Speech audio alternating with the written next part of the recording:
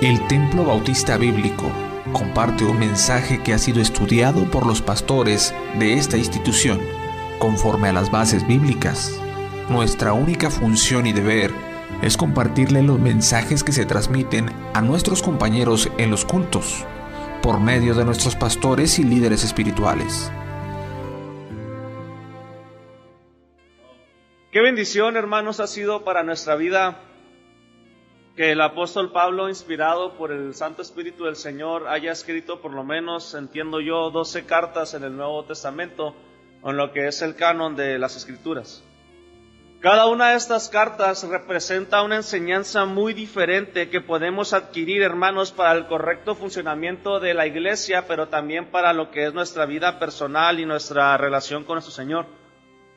Al ser cartas que tienen una autoría totalmente divina, nuestro propio Dios, su mensaje entonces hasta el día de hoy sigue siendo totalmente aplicable, no es ni obsoleto ni es anticuado y está igual de vivo que su autor porque es la misma palabra de nuestro Dios. Además tiene el mismo poder e influencia para cada uno de nosotros. La única manera en la que usted puede hoy, hermano, buscar a Dios solamente será a través de su palabra. Ninguna otra experiencia le podrá decir lo que Dios busca de usted. Pablo habla de todo lo que es necesario que las iglesias sepan, hermanos, para su funcionamiento. Tenemos iglesias que estaban yéndose totalmente al pecado, como era la iglesia de Corinto, y Pablo habla fuertemente de cómo quitar esas prácticas. Pero también tenemos iglesias fieles como la de Tesalónica y como Pablo alaba y admira la manera en la que estos hombres están férreos para el evangelio y aparte predican la palabra del Señor. Hay ejemplos de iglesias mal influenciadas como los que eran las que estaban en la región de Galacia y otras iglesias que eran de influencia como la de Éfeso, que vamos a ver ahorita más adelante la importancia que tuvieron estas cartas. Así que a veces, hermanos, al entender esto, tendemos a olvidar que esas cartas o las 12 cartas que Pablo escribió no son las únicas que tenemos para entender lo que busca Dios de su iglesia. Tenemos también en el libro de Apocalipsis, por la gracia del Señor, 7 cartas más que son totalmente útiles y aplicables, hermanos, para cualquier iglesia, para cualquier tiempo, para cualquier época. Normalmente todos conocemos Éfeso cuando la iglesia es recriminada delante del Señor y les dice, han dejado su primer amor. O nomás conocemos la Odisea cuando se le dice que es una iglesia tibia. Y dejamos de lado, hermanos, Esmirna, Pérgamo, Tiatira, Sardis y Filadelfia, porque pensamos que al leer las cartas y ver la manera en la que se está escribiendo y describiendo lo que sucede ahí, es difícil saber realmente qué puede ser de bendición para nosotros. Sin embargo, hermanos, si usted piensa eso, se está perdiendo totalmente de lo que es una enseñanza directa del Espíritu Santo para su vida y para su corazón. Hay gente que ha dicho, ¿verdad?, y que ha tratado de dividir las cartas por épocas. Respeto esa posición, sin embargo, yo creo, hermano, que cada carta es aplicable para cualquier época, para cualquier tiempo, porque así es la palabra de nuestro Dios. Tiene que saber que Esmirna, Pérgamo, Éfeso, Tiatira, Sardis, Filadelfia y la Odisea eran ciudades existentes, con una iglesia local existente, con un pastor que las gobernaba y con una congregación que estaba dentro de esa ciudad, que estaban buscando ser fieles en aquella región de Asia Menor. Entonces no podemos, hermanos, encapsular la enseñanza para una sola época. Cada una de estas iglesias nos da diferentes y muchas enseñanzas para la iglesia de estos días. Porque hoy en día, si usted ha leído las cartas, sabe que hay iglesias que han dejado aquel ahínco con el cual servían al Señor, como la iglesia de Éfeso. Pero también hoy en día hay iglesias sufrientes que están siendo perseguidas por predicar la palabra de Dios. También hoy en día hay iglesias como Pérgamo que están al borde de dejar la doctrina y empezar a dejar que el mundo sea lo que influencie la congregación. Y hay iglesias inútiles como lo son la iglesia de la Odisea. Así que cada una de esas iglesias tiene mucho que enseñarnos. Y sería a lo mejor interesante después estudiarlas cada una de ellas, pero hoy nos centraremos, hermanos, en lo que es el mensaje que Cristo mismo le da a la iglesia que estaba en la ciudad de Filadelfia, una región de Asia Menor. Miren, al parecer, o es necesario más bien saber que estas cartas son enviadas a iglesias que pertenecieron, hermanos, al segundo siglo, entre el 150 y 200 después de Cristo. Ya era una segunda y tercera generación de cristianos a los cuales se les estaba enviando estas cartas, y el propósito es trabajar con ellos y decirles y exhortarles a que siguieran fieles, porque había mucho que hacer todavía para el Evangelio, porque todavía estaba limitado a una zona de Medio Oriente y Asia Menor, un poco de Europa, y el Evangelio tenía que seguir expandiéndose, hermanos, hasta todo el mundo, como hasta el día de hoy se ha hecho. Al parecer estas iglesias, mire qué interesante, fueron fundadas o abiertas por una sola de las mismas que se menciona aquí. Lo más seguro es que Éfeso, que era una de las iglesias más prominentes en todo el Nuevo Testamento, fue la que mandó siervos a diferentes partes alrededor de su ciudad para abrir estas iglesias, las que tenemos aquí. Éfeso era la ciudad más importante políticamente hablando de las 7, y posiblemente el pastor en Éfeso ya haya sido Apolos, o haya sido Timoteo, o haya sido el mismo apóstol Juan. Fueron los que mandaron gente para abrir estas iglesias a las cuales se les envía estas cartas. Muchos han dicho que realmente tienen un bosquejo natural, y realmente en la mayoría de las cartas puede encontrar estos 5 puntos, hermanos, en todas. La presentación de Cristo, un elogio de Cristo a la iglesia en algunas, pero tristemente en otras no. La reprensión de Cristo a la iglesia en la mayoría, en 2 no. La confrontación hacia aquel pecado, el reto para salir del pecado y las bendiciones que pueden recibir. Este es un bosquejo natural que usted va a encontrar en las 7 cartas que estamos aquí hablando en este momento. Cuando la Biblia hace mención de, mire cómo dice el versículo 7, y esto también se menciona en todas las cartas, mire lo que dice Apocalipsis 3:7, escribe ¿a quién? Al ángel de la iglesia en Filadelfia. Ahora, hermanos, no sé qué tipo de interpretación le guste usar a usted para lo que es la Biblia, pero esto no es más que una referencia al enviado o al apóstolos que había en aquella iglesia. Me estoy refiriendo al pastor de dicha congregación. No sabemos cómo las cartas llegaron a la iglesia o a las iglesias. Algunos creen que los pastores de las iglesias fueron a Patmos, donde estaba el apóstol Juan teniendo estas visiones, y ahí fueron y agarraron su carta y ahí fueron y la leyeron a su iglesia.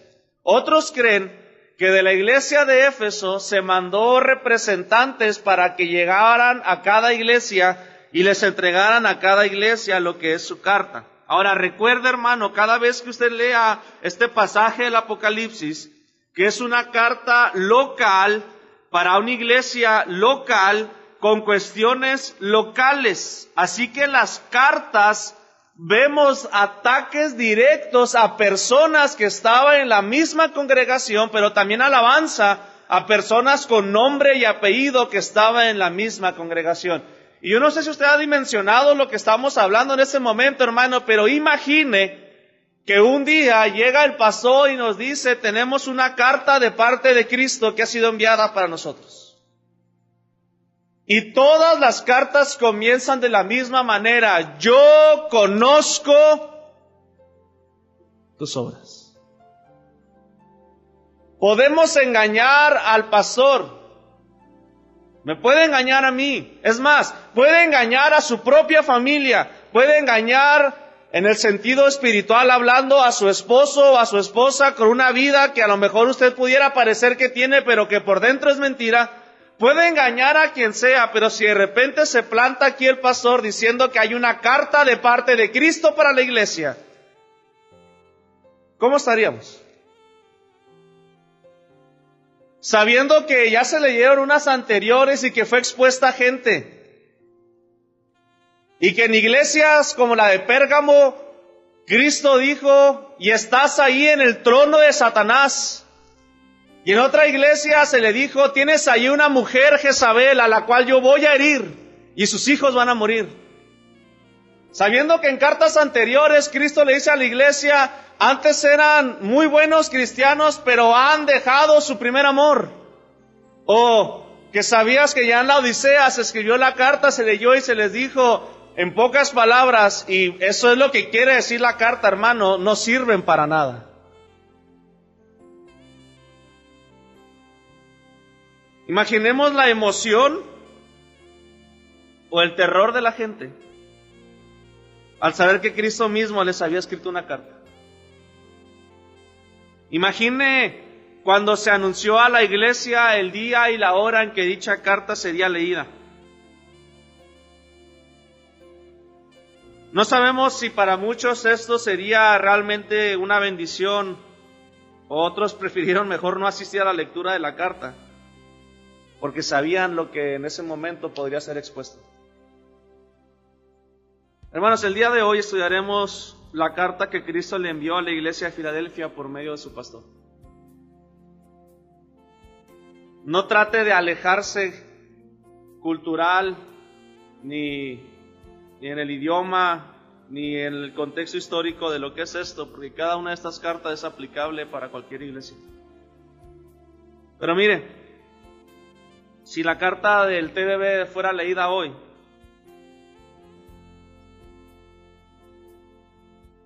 si sabemos que Cristo va a decir la condición de nuestra iglesia, tiene que saber, hermano, que eso es algo constante, porque no tiene que ser una carta leída para que Cristo conozca sus obras.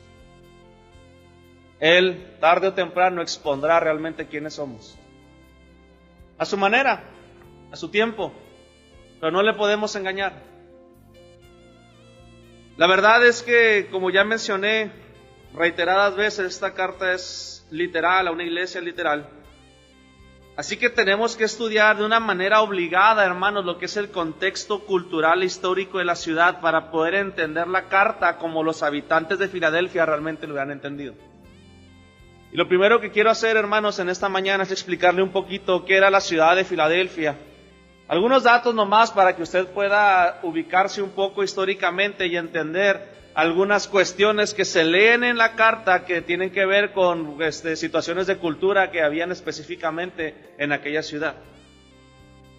De todas las 7 ciudades a las cuales se les escribe cartas, a comparación de Éfeso, de Esmirna o de Pérgamo, realmente Filadelfia era de las ciudades más sencillas que existía en aquel lugar. De hecho, era la ciudad más joven de las 7 a las cuales Cristo envió cartas. Fue una ciudad fundada por el gobernador de otra gran ciudad, de Pérgamo, que mandó a su hermano para fundarla, y por el amor que se tenían le puso a aquella ciudad Filadelfia, o la amada, que se puede traducir así. Al parecer, esta ciudad, porque estaba en una frontera entre lo que es el interior de Asia y lo que es Asia Menor, fue usada como una ciudad fronteriza para ser de influencia griega a los de Oriente, que estaban un poco más adentro del continente.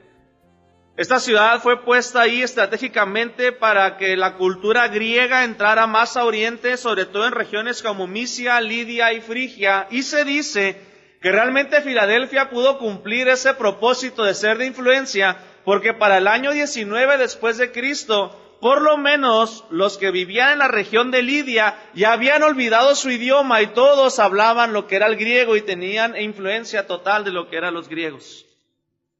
Esta ciudad fue fundada sobre la llanura del Cataquecaumené, o lo que era o que se conoce como la tierra quemada. ¿Por qué?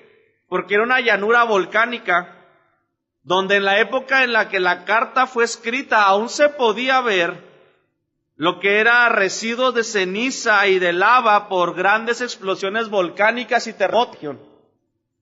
Una ciudad que fue cambiada muchas veces de nombre. Se le llamó Filadelfia al principio, después Neocesarea, después se le cambió a Flavia, pero siempre se quedó el nombre original para la gente que vivía ahí como la ciudad de Filadelfia. Y mire, hermano, la carta a esta iglesia es una esperanza para la iglesia de estas épocas.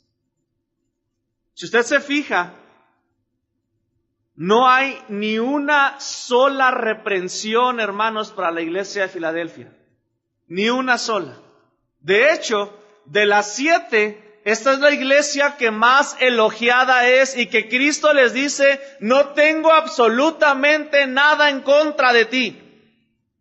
De todas las iglesias, junto con Esmirna, el Señor es al que promete más bendición y al que le hace más elogios por ser una iglesia totalmente fiel y entregada al Señor. Y esa es una esperanza para nosotros, hermanos, porque muchos pensamos que iglesias donde la fe ha sido fuertemente golpeada, no tanto con persecución u opresión, sino a través de engaños, de apostasía, de mundanalidad, de problemas entre hermanos, de envidias, de celos y demás de problemas que están afectando a la iglesia de hoy. Esta iglesia nos dice, hermanos, que es posible que las iglesias en medio de las circunstancias puedan ser fieles y vistas fieles delante de Dios. No podemos quedarnos siempre pensando, hermanos, que ya no hay esperanza para la iglesia de Cristo. Si usted piensa que la iglesia va de mal en peor, que ya no hay solución, se levanta esta iglesia y le dice, se puede ser fiel a pesar de las circunstancias. A través de los años, suele pasar que la gente se va cansando de la liturgia.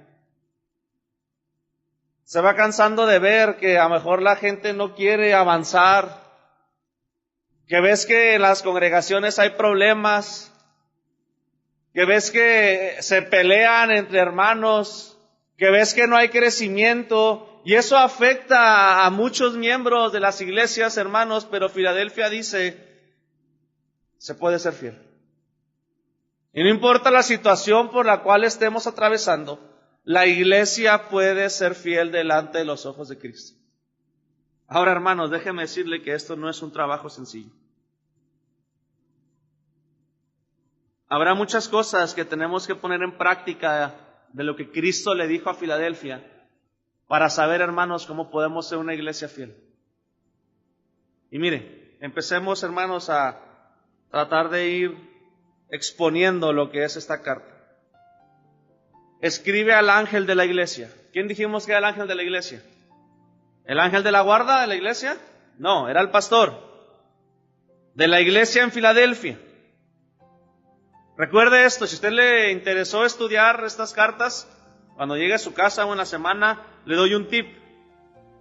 La manera en la que Cristo se presenta, ahí es donde está realmente el tema de la carta. En todas las cartas Cristo se presenta y da características de quién es. Eso es lo que indica el tema de la carta y lo que va a desarrollar el tema de la carta. Y mire cómo se presenta Cristo a la iglesia de Filadelfia. Esto dice, el santo, el verdadero, el que tiene la llave de David, el que abre y ninguno cierra, y cierra y ninguno abre. Mire qué tremenda descripción hace Cristo de sí mismo. ¿Y sabe qué es lo más impresionante de todo? Que en las 7 cartas Cristo se presenta de manera diferente. Porque, hermanos, es imposible que podamos totalmente describir a nuestro Señor porque es totalmente infinito. Y sus características y perfecciones son loables siempre, todas y cada una de ellas. Si nosotros tuviéramos que presentarnos con esas cualidades a 7 iglesias diferentes, creo que con la primera acabaríamos, ¿no? Ya en la segunda empezaríamos a poner mejor cosas, ¿verdad?, que son no tan buenas. Pero Cristo, hermanos, todo lo que Él tenga que decir de Él es perfecto y digno de loar. Y mire cómo se presenta, el santo. Esa es una referencia tremenda, hermanos, a que el Cristo resucitado se presenta delante de la iglesia de Filadelfia como Dios mismo. Él está recordándole a la iglesia de Filadelfia que Él es Dios mismo, que es alguien que es la misma persona, ¿verdad? La misma persona en la Trinidad de Dios y que están al mismo nivel y que tienen la misma autoridad. El santo, y luego después dice que también es Él el verdadero. La palabra que se usa aquí para traducir verdadero, la podemos mejor, hermanos, traducir como real, en contraposición de lo que es irreal o de lo que no existe. El que se presenta en esta carta de esta manera, Cristo dice que es el único que realmente es y existe, que fuera de Él todo es mentira y todo es falsedad. Y si tú buscas realmente una experiencia real De conocimiento de Cristo o de Dios solamente puedes ir a Cristo, fuera de Él todo es una mentira. Entonces Él es el santo, Él es el verdadero, y después da una referencia interesante. Y esto es lo difícil de las cartas. Y a veces decimos, no la voy a leer porque no entiendo nada de lo que dice. Hermano, recuerde, la misma Biblia te va a interpretar lo que Cristo quiere decir de Él mismo. Y cuando Cristo dice que el que tiene la llave de David, el que abre y ninguno cierra, el que cierra y ninguno abre, simplemente, hermanos, en la Biblia usted siempre va a entender que el que tiene la llave es una persona que tiene autoridad.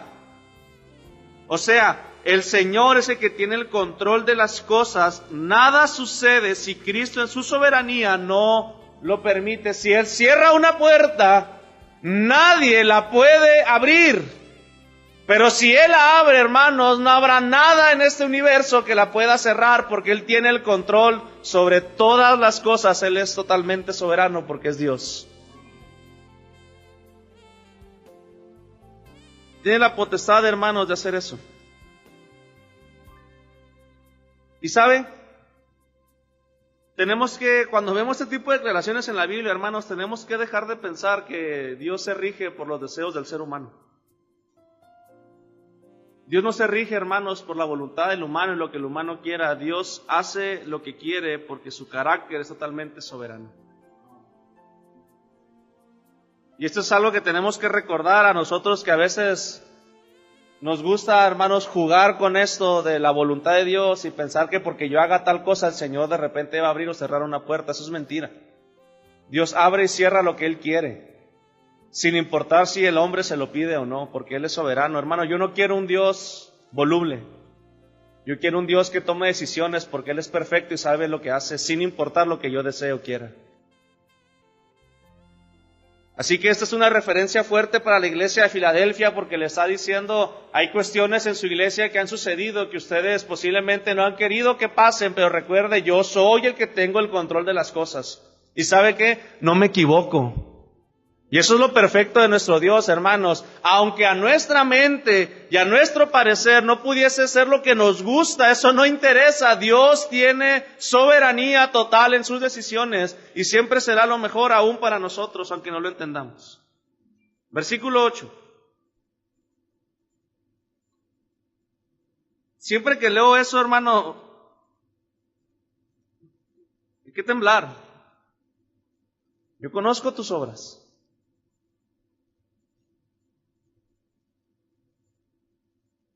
Cuando hablamos de obras,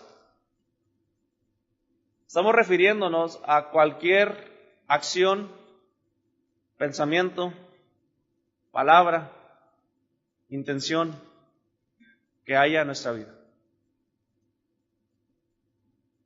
Y delante del Señor, hermanos, somos totalmente expuestos. La iglesia que me tocó predicar el martes, la iglesia de Pérgamo, el Señor se presenta como el que tiene la espada aguda de 2 filos. Apocalipsis 2:12. Y a veces pensamos que la referencia a una espada de 2 filos es algo bueno para nosotros, pero por el tema de la carta, Cristo estaba haciendo en ese momento una advertencia para la iglesia de Pérgamo. Cuando leemos Hebreos 4:12 y el Señor dice, ¿verdad?, que la palabra de Dios es viva y eficaz y más cortante que toda espada de 2 filos, esto no es una buena noticia. Esa palabra, hermanos, que se usa después del versículo 13 para decir que delante de Dios todo está abierto, expuesto y desnudo, es la referencia, hermanos, a como si el cuello estuviera totalmente echado para atrás, expuesto todo lo que está dentro de nosotros delante del Señor. Y dice Cristo, delante de mi palabra, todo está expuesto. Y no puedes mentir. Por eso dice, yo conozco tus obras. Porque tú puedes pensar que estás bien con una actitud o acción que haces. Porque aún tu familia puede pensar que lo que haces está bien. Sin embargo, Dios es el que conoce tus obras y Él es el que declarará, hermanos, si lo que hacemos es correcto o no. Y sabe, no lo hará saber. Porque si la espada de 2 filos corta en el momento que Él quiera quitar o poner algo. Así que, si usted venía muy tranquilo en esta mañana, recuerde que el Señor conoce todas sus intenciones. Yo conozco tus obras. Y mire lo que dice. He aquí, he puesto delante de ti una puerta abierta, la cual nadie puede cerrar, porque aunque tienes poca fuerza, has guardado mi palabra y no has negado mi nombre. Podríamos hacer muchas alusiones a qué se refiere esta puerta abierta. Pero si usted lee, hermanos, todo el Nuevo Testamento, siempre que la Biblia habla de una puerta abierta, siempre es una oportunidad para predicar el Evangelio de Jesucristo. Pablo pidió que oraran por él para que se abrieran puertas para predicar el Evangelio. Así que mire qué interesante que Cristo le está diciendo que delante de ellos el Señor ha puesto una oportunidad la cual nadie puede cerrar para que sean una iglesia de testimonio. Y esto tiene mucho que ver con la situación geográfica en la cual estaba Filadelfia, porque ellos eran una puerta para ir hacia Oriente, y realmente una ciudad totalmente que recibía constantemente gente de Oriente. Y Cristo les está diciendo, tienen la oportunidad y nadie va a cerrar esa oportunidad de que sigan predicando mi evangelio. Pero lo interesante de esto es lo que dice en medio del versículo, porque aunque tienes, ¿qué, hermanos? Poca fuerza. Esto no es una recriminación. Los está loando, alabando. Le está diciendo, a pesar de que son una iglesia pequeña, a pesar de que son una iglesia pobre, a pesar de que son una iglesia con muy poca infraestructura posiblemente, ustedes tienen la oportunidad de seguir haciendo la obra del Señor. Y esto, hermanos, tiene que ser un foco de atención para nosotros. Porque a mi consideración, no creo que seamos una iglesia de poca fuerza. Si tuviéramos poca fuerza, estaríamos aquí 20 personas, bajo una lámina. Pero el Señor nos ha bendecido, ¿cierto o no? Y una cosa es que seamos fuertes y otra cosa es que sepamos usar la fuerza. Así que, hermanos, la puerta abierta es para todo aquel que realmente esté dispuesto a predicar la palabra del Señor. Aquí realmente no interesa cuánta gente pueda venir a la congregación, no interesa cuánto dinero podamos tener, no interesa cuán bonito pueda estar nuestro templo, lo que interesa es que la fuerza sea usada para lo que debe ser usada, que es la predicación del Evangelio. Hermanos, ninguna iglesia ha sido elogiada por Cristo si no es una iglesia que tiene celo por la predicación de la palabra de Cristo. Ninguna.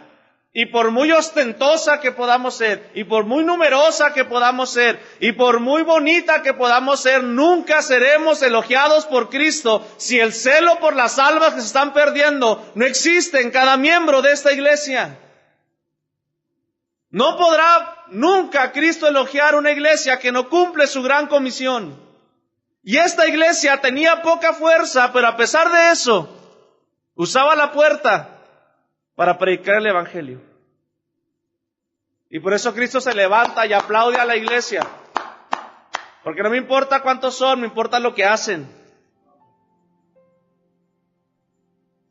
Y sigue diciendo, a pesar de que tienes poca fuerza, has guardado mi palabra y no has negado mi nombre. Hermanos, guardar, retener la palabra del Señor, algo que nos falta tanto, hermanos, hacer hoy en día y que Dios realmente busca que seamos iglesias que guarden y que retengan, hermanos, la palabra del Señor. Guardar la palabra del Señor no simplemente es decir que eres cristiano y que conoces la Biblia. Guardar la palabra del Señor, hermanos, es ser como José, que cuando llegó la tentación de parte de la esposa de Potifar, él huyó. Porque la Biblia dice, huye de las pasiones juveniles. Guardar la palabra del Señor es ser como los 3 amigos de Daniel que no se inclinaron ante la estatua de Nabucodonosor porque sabían que Dios solamente hay uno. Guardar la palabra del Señor es como el mismo Daniel no le importó ser echado al foso de los leones porque él sabía que tenía que guardar su comunión con el Señor sin importar lo que en el mundo sucediese. Guardar la palabra del Señor es ser como Jeremías, que fue encarcelado, que fue echado al cepo, y a pesar de eso él decía: no puedo dejar de predicar. Guardar la palabra del Señor no es tener conocimiento, es vivir la Biblia y exponerla ante aquellos hermanos allá afuera en el mundo que quieren vivir en pecado. Guardar la palabra del Señor no es decir que eres cristiano aquí, salir afuera y que nadie se entere, hermano, de tus convicciones cristianas, porque no eres capaz de decir que tú no puedes participar de lo que el mundo hace. Eso es guardar la palabra del Señor. Y por ende, cuando guardamos la palabra del Señor, el resultado será inmediato, como dice después: entonces no negarás mi nombre. No puedes guardar la palabra del Señor si haces todo lo que ves que el mundo hace allá afuera. He aquí, versículo 9: yo entrego de la sinagoga de Satanás a los que se dicen ser judíos y no lo son, sino que mienten. He aquí, yo haré que vengan y se posen a tus pies y reconozcan que yo te he amado. Había en la iglesia de Filadelfia hermanos judíos que realmente decían ser apasionados seguidores de Dios, sin embargo no tenían ni idea de lo que era, hermano, realmente la salvación en Cristo. Solo buscaban satisfacer sus deseos de posición y de ser vistos, pero la Biblia nos da a entender que aquellas iglesias que permanecen fieles las protege, hermanos, de personas que quieran llegar a destruir la armonía y que no se dejan influenciar por la palabra de Cristo. Serán expuestas, porque sobresaldrán personas que no quieran seguir a Cristo en medio de personas que están dispuestas a ser fieles al Señor. El Señor dice: mira lo que van a suceder con ellos. Sino que mienten, he aquí yo haré que vengan. ¿Y qué pasará, hermanos? Se posen a tus pies. Mire qué interesante eso. ¿Cuándo cree usted que un judío se iba a postrar delante de un gentil? Eso es imposible. Ahora, obviamente es una referencia a la fe, a que iban a reconocer que su judaísmo delante del cristianismo, al venir de Cristo, es mucho mayor. Que se postren de tus pies y reconozcan que yo te he amado. Por cuanto, versículo 10, has guardado la palabra de mi paciencia, yo también te guardaré de la hora de la prueba que ha de venir sobre el mundo entero para probar a los que moran sobre la tierra. Y de aquí en adelante todo lo que veremos, hermanos, son alusiones a bendiciones espirituales. Mire, esta carta no es para personas que están esperando tener un mejor trabajo, ni es para personas que esperan tener una mejor casa, ni es para personas que esperan tener un mejor carro o mejores cosas materiales. A esta carta no le va a servir, porque hay gente que quiere ser fiel a Dios para que Dios le dé algo visible y tangible, pero eso no va, hermanos, con la Biblia. El Señor dice: si tú me eres fiel, aquí están las bendiciones que te puedo prometer. Y la primera es que serás librado de la prueba. Porque mire, eso es algo que viene en toda la Biblia, hermano. Aquel que es fiel al Señor pasará por prueba. Nunca se puede tener todo en la vida.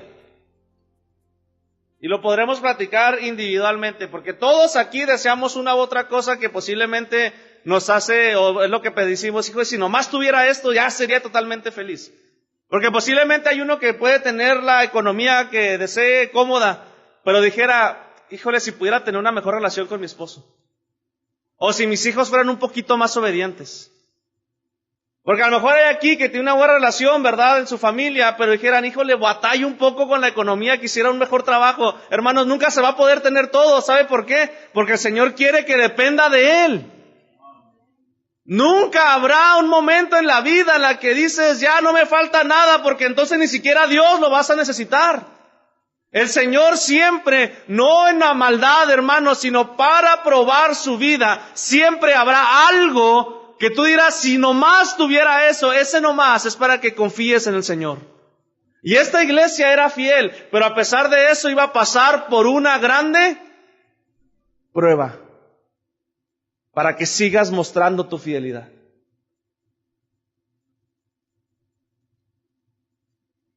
Creo yo, y ya usted tendrá su opinión, yo le doy la mía, que eso es una referencia al versículo 10, a que la iglesia no pasará por la tribulación. Creo yo. Ya usted puede ver otra interpretación, pues yo creo que aquí el Señor se adelanta a los tiempos por la manera en la que se escribe, porque habla de una prueba sobre el mundo entero y que la iglesia iba a pasar por esa prueba. Y el versículo 11, hermanos, he aquí yo vengo pronto, retén lo que tienes para que ninguno tome tu corona. No es una referencia, hermanos, a la salvación. No es de que si eres fiel vas a ser salvo. No, la fidelidad es una manifestación de la salvación, no una manera de obtenerla. Está hablando de una iglesia que claramente era salva y redimida por el Señor. Lo que entendemos más bien es que la salvación trae recompensas de parte de Dios. Y aquellos que son fieles, hermanos, con más facilidad la recibirán como recompensa por su excelente testimonio y su fidelidad. No sé qué sean las coronas, hermanos, no sé, y no me interesa la verdad. Porque ahí dicen que hay 5 o 7 coronas y realmente no, a mí no me interesa qué son las coronas. Simplemente yo sé que es algo que el Señor en su gracia me quiere dar que no merezco. El Señor así bendice. Posiblemente sean coronas literales, puede que sí, posiblemente es una referencia a que el Señor algo nos va a dar, posiblemente, no sabemos, pero hermanos, no tendría que darnos nada a Cristo. Pero en su gracia, hermanos, Él dará recompensa. Mire cómo concluye. Al que venciere, yo le haré columna en el templo de mi Dios, y nunca más saldrá. Hermano, ¿estamos conscientes de esa recompensa? Una de las bendiciones de la salvación es que es eterna. Al hablar de una columna en el templo, Dios habla de algo que es permanente e importante, pero sobre todo algo que estará para siempre en la presencia de nuestro Dios. Es lo mismo que Jesucristo hablaba en Juan 14. Yo voy y haré una morada para ustedes y estarán ahí conmigo para siempre. Hermanos, puede pasar lo que sea en esta vida, puede irle, podríamos decir coloquialmente, de la patada en esta vida, no se preocupe, permanecerá eternamente en la presencia del Señor. Ese es el consuelo más grande del cristiano. Si a usted no le parece atractivo eso, no vaya al cielo. No es para usted. Porque a veces estamos pensando nomás en lo que aquí puedo obtener y se nos olvida que somos ciudadanos, hermanos celestiales. Esto es lo más grande que el Señor, hermano, nos pudo regalar, porque déjeme decir la contraparte. El infierno es eterno también. Y un autor decía, y cuando veas a los que vayan al infierno que has pasado ahí 10 millones de años, ese será tu castigo. Porque faltan otros 10 millones de años más. Y 10 millones de años más. Y así para siempre. Estas personas, hermanos, estaban acostumbradas a ver gente que salían constantemente de su ciudad por aquellos terremotos que normalmente había por la zona volcánica. Pero aquí hay un contraste muy interesante, ya que en el cielo no habrá necesidad de huir de nada, hermanos. El Señor da estabilidad a sus hijos para siempre y jamás se perderá la bendición de estar en la presencia de nuestro Dios. ¿Sabía que hay gente que aún cree que la salvación se pierde en esta iglesia? Yo no sé cómo viven. Y yo no sé en qué Dios creen. Hermanos, pero Dios promete vida eterna. Serás una columna permanente en la presencia de nuestro Dios. Y luego mire qué dice después. Y nunca más saldrá de allí. Y escribiré sobre él el nombre de mi Dios y el nombre de la ciudad de mi Dios, la nueva Jerusalén, la cual desciende del cielo. Esto refleja totalmente lo que somos, hermanos, una propiedad de Dios. Perdónenme el ejemplo, pero todos sabemos cómo al ganado se lo marca o se marca para saber a quién pertenece, ¿cierto o no? Es exactamente lo mismo. Hermanos, somos del Señor y el Señor ya nos ha marcado y sellado con el Espíritu Santo en la promesa y para siempre. Una promesa total de que estaremos en la ciudad de Dios, en la Nueva Jerusalén. Tenemos ya una patria, nuestro lugar ya está asegurado y el Señor lo preparó para que disfrutemos para siempre de esas bendiciones. Pero lo que más me impresiona, hermanos, de este pasaje es la última promesa y recompensa que obtendremos de parte del Señor a aquellos que hemos sido fieles en cuanto a creer en Cristo y lo que viene de la fe en el Señor. Dice la parte final del versículo 14 que también sabremos mi nombre nuevo, hablando del de Cristo. Es bien interesante. ¿Sabe, hermano? Realmente Jesús es tan glorioso que ahorita no sabemos, hermano, realmente cuál es su nombre. Se le puso un nombre terrenal y se le dio títulos terrenales. Dios le llama solamente Hijo en toda la palabra del Señor, pero su nombre real, al igual que el de Dios, en nuestra humanidad aún no lo conocemos. Esto es una referencia, hermanos, a esa relación tan estrecha que tendremos con Cristo, nuestro Salvador. Lo podremos llamar por fin por su nombre, porque estaremos para siempre en comunión con Él. Ahorita sabemos que es el Señor, que es el Salvador, que es el Hijo de Dios, que humanamente se le llamó Jesús, que era el Mesías, el ungido, el Hijo del Hombre, el Cristo, pero ese no es su nombre. Hasta que estemos con Él, hermanos, en la gloria celestial, tendremos aquella relación cara a cara a la que le podremos decir por su verdadero nombre, algo que nosotros es imposible que nuestra mente sepamos y que podamos pronunciar. ¿No le interesa saber eso? Así que concluye la carta: el que tiene oído, oiga lo que el Espíritu dice a las iglesias. Esa es una advertencia total, hermanos, para aquellos que no prestan atención. Pero una bendición para aquellos que quieren poner por obra lo que Cristo demanda. Esta iglesia de Filadelfia nos habla de todas las bendiciones que vamos a recibir para aquellos que estamos en Cristo y los que somos fieles. Cuando tú buscas la bendición a tu manera, esa será tu recompensa.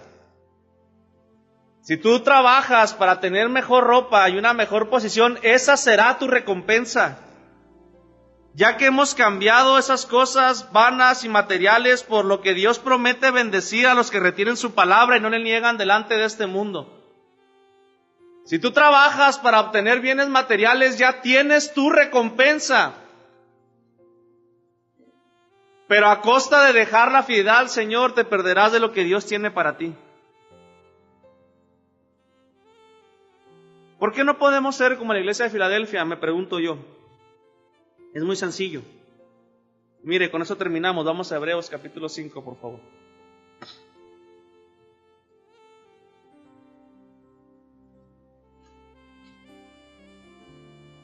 Versículo 14. Desde el 13, Hebreos 5, 13 y 14. Y todo aquel que participa de la leche es inexperto en la palabra de justicia porque es niño. Pero el alimento sólido es para los que han alcanzado madurez. Ahora, mire, esta es la definición bíblica de madurez. Para los que por el, ¿qué dice, hermanos? Uso, esa es la palabra clave de todo el versículo. No conocimiento, no información, no denominación, no asistencia, no abolengo, no cultura, no familia. A los que por el uso tienen los sentidos ejercitados en el discernimiento del bien y del mal. Es muy sencillo, hermanos. Pensamos que por saber o conocer lo que debemos hacer, las cosas vendrán por sí solas. En la vida cristiana no sirve de nada aprender hoy y practica mañana. El conocimiento no te hace maduro, solo la práctica lo hará. ¿Quién sabe evangelizar? La mayoría. Hazlo, te dará madurez. ¿Quién sabe que tiene que leer la Biblia todos los días? Todos lo sabemos. Hasta que lo hagamos, seremos maduros. Todos sabemos que tenemos que orar. Hasta que lo hagamos constantemente, seremos maduros. Todos sabemos que tenemos que pedir perdón. Hasta que lo hagamos, seremos maduros. Todos sabemos perfectamente, hermano, nuestra posición delante de Dios y de la gente. Hasta que no seamos ejercitados por el uso, mi conocimiento no sirve de nada. La iglesia de Filadelfia eran pocos que conocían la doctrina, pero la ponían en práctica. Por eso el Señor solamente los alaba y no tiene nada que reprenderles. Pero ¿sabe qué me dice esta iglesia, hermanos? Que se puede. Se puede ser fiel. Necesitamos usar nuestro conocimiento para ser maduros. Le invito a que cierre sus ojos, por favor. El Templo Bautista Bíblico, con sede en la ciudad de Chihuahua, lo invita a que acuda a nuestros cultos todos los domingos, a que escuche la palabra y obtenga la salvación conforme a la gracia de Dios y a las Escrituras. Nuestro domicilio es en la colonia Los Frailes, en la calle José María Iglesias, esquina con Fresno. Ellos dijeron: cree en el Señor Jesucristo y serás salvo, tú y tu casa. Hechos 16:31.